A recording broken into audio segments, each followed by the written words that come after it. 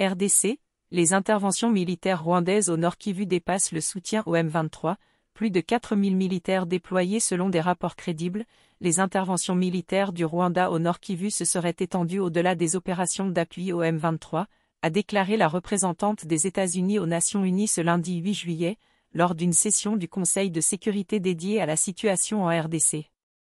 La session incluait un exposé de Bintou Keita, représentante spéciale du secrétaire général et chef de la MONUSCO.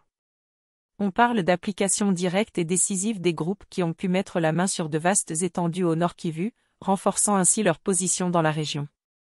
Jusqu'à 4000 hommes se trouvent en RDC.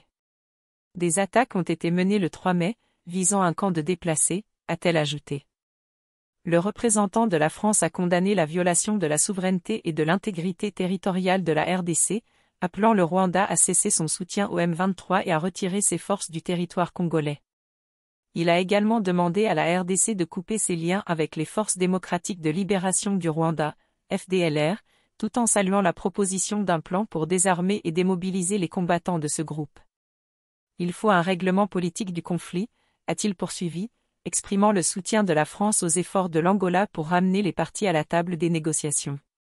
De plus, le délégué français a salué le déploiement de la mission de la Communauté de développement de l'Afrique australe, SADC, en RDC, SAMIRDC, prenant note des recommandations du secrétaire général pour renforcer la coopération entre la MONUSCO et la SAMIRDC. Nous présenterons prochainement un projet de texte à cette fin, a-t-il indiqué. Enfin, il a dénoncé les pressions exercées par le M23 sur la MONUSCO pour s'arroger le contrôle de certaines zones, affirmant que le Conseil de sécurité restera seul décisionnaire du désengagement de la mission de l'ONU, en consultation étroite avec Kinshasa. Le représentant du Royaume-Uni a appelé toutes les parties au conflit à respecter la trêve.